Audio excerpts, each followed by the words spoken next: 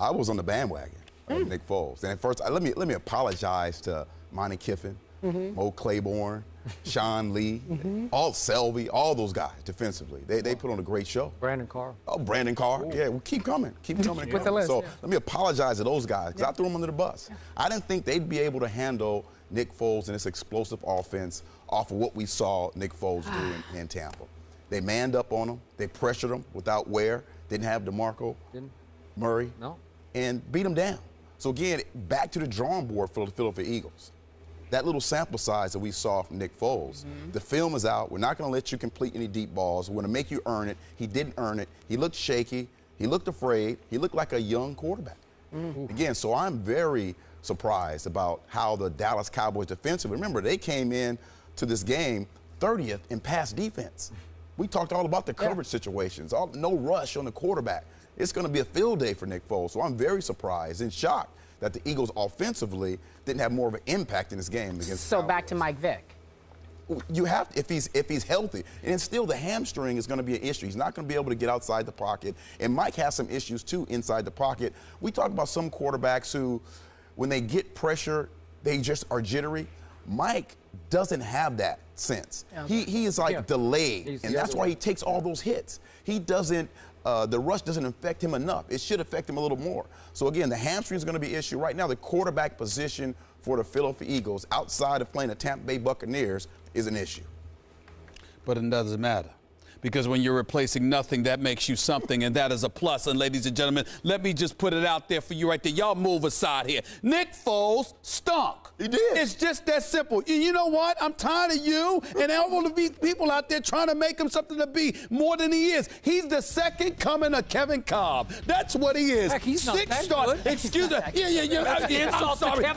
My bad. Let me tell you something right now. 6 starts last year. The dude went 1-5. He gets a good start against this moribund franchise known as the Tampa Bay Bucks because of Greg Schiano.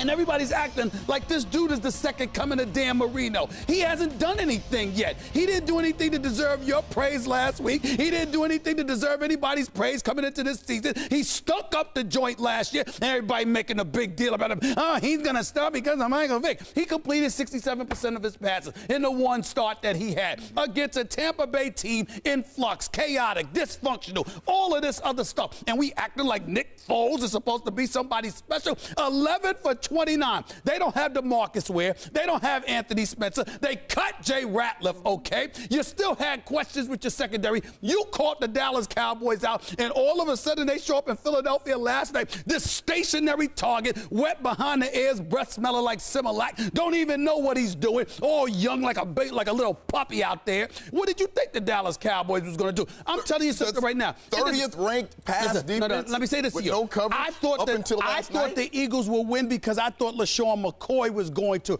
wreak havoc. I thought because he was going to wreak havoc and the defense would create some kind of mistake for the Dallas Cowboys, they would find a way to win. Dallas had 12 penalties. They went 11 straight possessions, couldn't do anything before they got a field goal at the end of the first half. You know how many open receivers Nick Foles missed yesterday? Don't give me pressure about the Dallas Cowboys. There was Jason Avant was open. Deshaun Jackson was open. LaShawn McCoy was open. These dudes were open. This dude was missing them wide open. Underthrowing, overthrowing. He was a puppy out there, just a novice, and he got exposed. You're not going to give any credit to them guys matching up, playing one-on-one. I'm not going to say. The coverage was nice and tight. I mean, listen, I'm going to be respectful to the Dallas Cowboys from the standpoint. Like I said to you, even though I think they're an accident waiting to happen, they do have talent.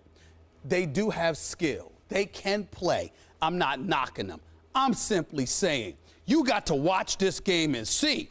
These dudes, I mean, Nick Foles was just awful. And when you're playing against somebody that awful, what do you expect? It ain't much to say that you look good. Dallas looked awful, too. They just didn't look as bad as Nick Foles. 11 for 29 for 80 yards. He lucky he got hurt. He lucky he got hurt. They relieved him of his duties. I don't mean it. I'm not wishing any physical harm on him. I'm just saying that, you know what, you were that awful. You actually got a break.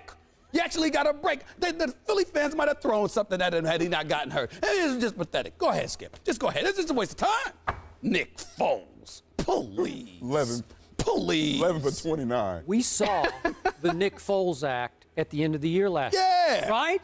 Yes. And where did that get Andy Reid? It got him fired, right? Yes. Okay, now back to the question. First of all, I need to ask our man Eric Allen here, who played in Philadelphia. Yeah. And played at a very high level. Can you believe, can you wrap your mind around the fact that the Philadelphia Eagles have now lost 9 straight home games? Ooh. 9 in a row in that stadium? Are you kidding? Oh. You grew up in this business there, right? Unbelievable. You saw It's it, awful. you know it. Awful. And you Come know how on. sick those fans are. 9 in a row? Since It's September. impossible. That used to be the scariest place to play in the league. Seriously, when I was in Dallas, Without a doubt. they did not want to go to Philly. nobody wanted Bad to things come here. happen Right. in Philadelphia. Right. Okay, so now back to the game. This was the most bizarre game of the day yesterday, and it might have been the most bizarre game of the year so far, to Eric's point, because these teams trade 18 punts. I thought it would be in the 30s. I really did. I thought it was 35-33, some kind of a shootout, because the Dallas defense has allowed 3 400-plus yard pass, 400-plus yard passers, including Eli on opening night. What? Are you kidding me? And Nick Foles throws for a grand total of 80 yards? 80. 80. Oh, what's 450 minus 80? You know, that's the difference between Eli and Nick Foles. Really? Are you kidding me?